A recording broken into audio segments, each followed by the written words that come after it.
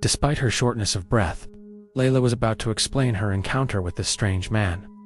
"You must have met the Duke, who came out hunting," Bill retorted as he picked up his tools from the warehouse. His hair was black, and his eyes were really blue. His voice was light as a feather. "It's Duke Herhart without a mistake," Bill snarled with laughter.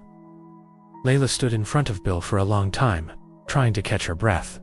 The beautiful but scary man stared at Layla for some time and had turned away without saying a word. When he got back on his horse, 2 other men appeared from the deep forest. The man turned his horse to join the other 2 men as they drifted further into the woods. When they were no longer visible, Layla climbed down from the trees and fled to the cabin, then the Duke. When Layla was able to say something, a cold shot rang out, shaking the calmness of the forest. Layla was startled, and she turned her head towards the direction of the sound.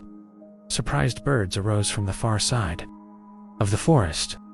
One of the surprised birds fell into the trees, with its wings drooped helplessly. The shots went on a few more rounds. Bill gave Layla a pat on her shoulder in an effort to calm the scared girl. Layla slowly raised her head.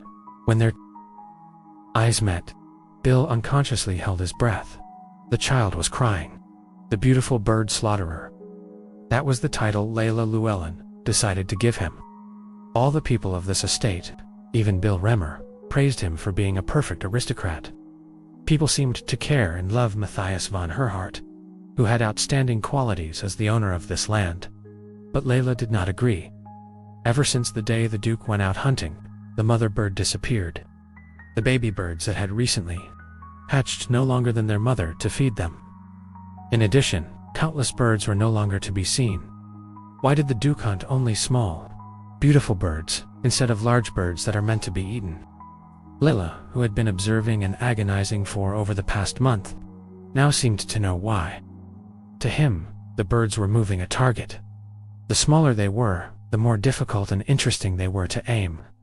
The Duke did not bother to look at the prey he hit. He simply turned away after hitting his target. On the days he went out hunting, Layla buried the dead birds that were covered in blood. Bang! The gunfire rang once again in the distance.